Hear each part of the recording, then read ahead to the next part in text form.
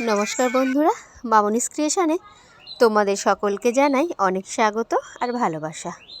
কেমন আছো সবাই? আশা করছি তোমরা সবাই খুব ভালো আছো এবং সুস্থ আছো। আমি আমার পরিবারে সবাই বেশ ভালো আছি এবং সুস্থও আছি। আজ একটা নতুন দিন, নতুন একটি ব্লগে তোমাদের সকলকে জানাই অনেক স্বাগত। আজ একটা বিশেষ দিন। আমার এক পিসির মেয়ের আজ হলো আইবুড়ো ভাত, আর দু একদিনের মধ্যেই তার বিয়ে। আমি তাকে অনেক দিন ধরে বলছি যে আসো আমার বাড়ি থেকে ঘুরে যাও, অনেক দিন ধরে বলছি, তার আর সময় হয় না। তোমরাই তো জানো বাড়িতে একটাই যেহেতু মেয়ে, আর ভাই হচ্ছে ছোট, আর বাড়ির মাথার উপর প্রচুর চাপ, সমস্ত জিনিস কেনাকাটি গোছানো। জানোই তো এই দিনের জন্য মানুষ কত দিন থেকে অপেক্ষা করে, ধৈর্য ধরে এই দিনটার জন্য। আর সেরকম একটা বিশেষ দিনের জন্য আয়োজন তো প্রচুর থাকবে বলো।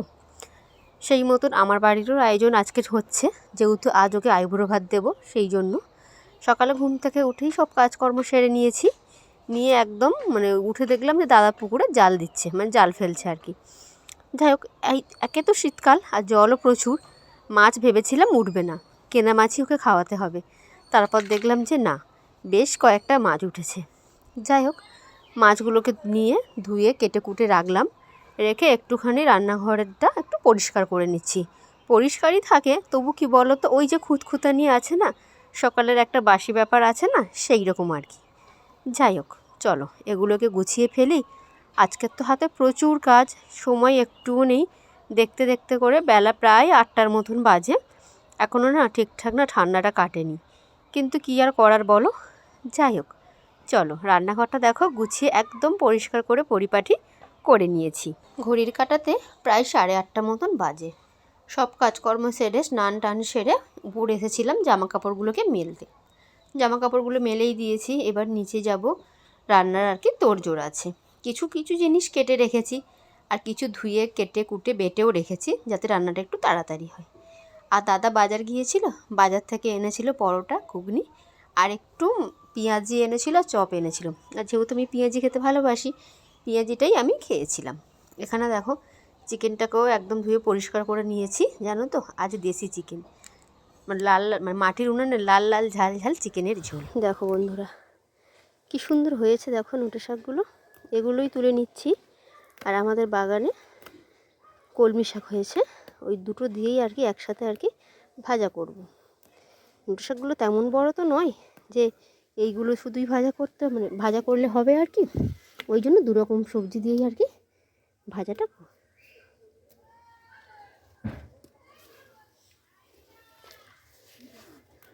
জানো তো, বেশ কিছু শাক হয়েছে। ফেলেছিলাম কিছু, আর কিছু আপনা আপনি থেকেই গাছের গোড়াতে দেখলাম বেরিয়েছে, সেটা উঠানে। ওই দুই রকম হচ্ছে শাক নিয়েছি, কলমি শাক আর নোটে শাক দিয়ে ভাজা। যাই হোক, রান্নাবান্না তো বসিয়ে দিয়েছি, প্রায় অনেক রান্নাই আমার কমপ্লিট হয়ে গিয়েছে। এখন ওই যে বললাম মাটির উনানে লাল লাল ঝাল ঝাল চিকেনের ঝোল বানাবো, সেই জন্য উনানেই আর কি রান্নাটা বসিয়েছি। জানো তো, প্রথমে তো আলুটা ভেজে নিলাম, আর তারপর একটু গরম মশলা আর তেজপাতা ফোড়ন দিয়েছি, দিয়ে পেঁয়াজটাকে ভালো করে ভেজে নিয়ে তারপর সমস্ত মশলা যেগুলো থাকে আর কি, আদা রসুন লঙ্কা গুঁড়ো, হলুদ গুঁড়ো, জিরে গুঁড়ো, ধনে গুঁড়ো, একটু গরম মশলা গুঁড়ো দিয়ে সব মশলা কষিয়ে নিয়ে তার মধ্যেই আর কি চিকেনটাকে দিয়ে দিয়েছি। চিকেনটা দারুণ খেতে হয়েছিল, জানো তো, খুব সুন্দর টেস্ট হয়েছিল, যেহেতু দেশি চিকেন। আর তারপর উনানে আর কি কষিয়ে রান্না বান্না। যাই হোক, চলো রান্না বান্নাটা সেরে ফেলি। জানো তো, আজকের মেনুতে অনেক রকমই আছে। 5 রকম ভাজা আছে, কড়াইশুঁটি দিয়ে মুসুরির ডাল আছে, একটা মাছের মাথা দিয়ে পুঁই বিটুটি দিয়ে একটা তরকারি আছে, আর আছে হলো চিকেন, তার মধ্যে চাটনি আছে, পাঁপড় ভাজা আছে, মাছের ঝাল আছে, দই আছে, মিষ্টি আছে, অনেক রকমেরই পদ। জানো তো, সব পদই প্রায় মোটামুটি আমার কমপ্লিট। যেহেতু খুব তাড়াতাড়ি রান্নাবান্না কমপ্লিট হয়েছে, কেন বলো তো, যেহেতু আগে দিয়ে একটু কোটা বাটা ছিল, আর তারপর ছেড়ে দিয়েছিলাম উনান, আবার হচ্ছে আমার ওভেন। জানো তো, আমার ওভেন তো 3টে মুখ বার্নার না, ওই জন্য প্রচণ্ড সুবিধা হয় গো, শুধু একটু সামাল দিতে পারলে হয়। যাই হোক, চলো দেখো, ওই যে বললাম আমার রান্না প্রায় কমপ্লিট, রান্না কমপ্লিটই হয়ে গিয়েছে। এসেছি ভাতগুলো আর কি গোছাতে, থালাটা আর কি গোছাতে। আর তোমাদেরকে তো আগেই বললাম রান্নাবান্নার কথা, নতুন করে আর কিছু বলার নেই। চলো রান্নার খাবারের জায়গাটা আর কি একটু সাজিয়ে গুছিয়ে দিই। জানোই তো, আমার গাছে প্রচুর প্রচুর প্রচুর ফুল ফুটেছে। আর গাছের ফুল দিয়ে সাজাবো না সেটা কখনো হয় বলো?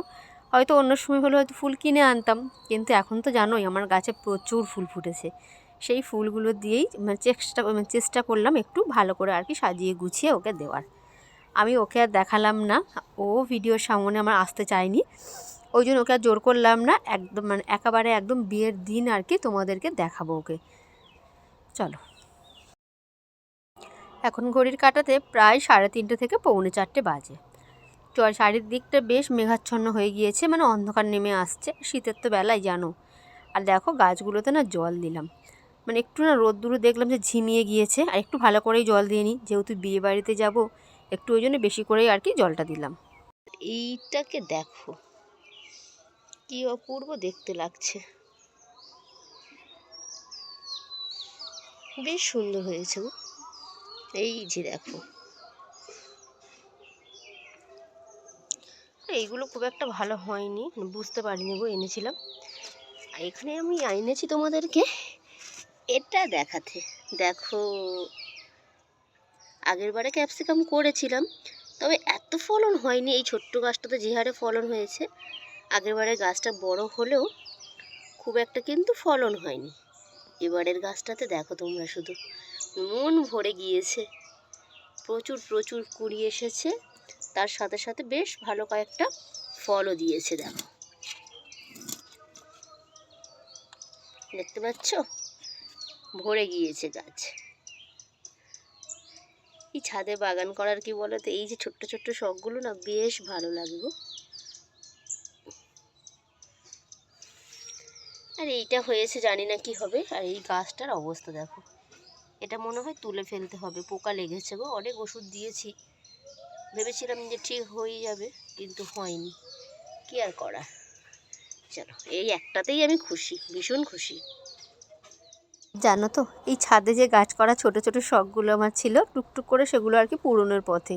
দেখো গাছে ছাদের ওপর প্রচুর টব এনেছি, টব এনে ফুল লাগিয়েছি, তার সাথে সাথে সবজি লাগিয়েছি, বেশ ভালো লাগছে। আর ওই যে উনুনগুলো করেছিলাম আগে তোমাদেরকে দেখিয়েছিলাম, সেই দুটো আর কি কমপ্লিট করে আর কি রেখেছি। একদিনও রান্না চাপানো হয়নি, তবে কোনো না কোনো একদিন রান্না চাপিয়েই দেবো। আর এখানে দেখো আমার পালং শাকগুলো কী সুন্দর হয়েছে না, বেশ তরতাজা হয়েছে। ভাবছি এদেরকেও একদিন তুলে তরকারি বানিয়ে আর কি খেয়ে নেব। আর এই দিকে দেখো আমার বিনস গাছগুলো, এই বিনস গাছগুলো না আমার করার ইচ্ছা ছিল না, আমার ছেলেই আর কি জোর করে ক্রেট তুলে বিন আর পালং শাক দুটোই আমার ছেলে আর কি লাগিয়েছে।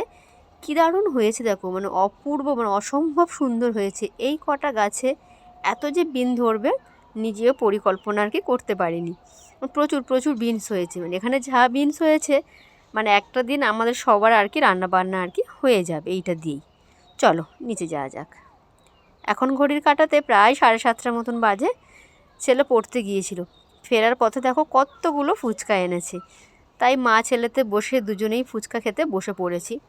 দাদা তো এখনও আসেনি, আর আমরা দুই ছেলে আর আমি মিলেই বসে গিয়েছি ফুচকা খেতে। বলো, এই ফুচকা দেখে কার জিভে না জল আসছে বলো? তাহলে চলো আমরা ফুচকা খাই। আজকের ব্লগটা তাহলে এখানেই শেষ করছি। সবাই ভালো থাকবে, সুস্থ থাকবে।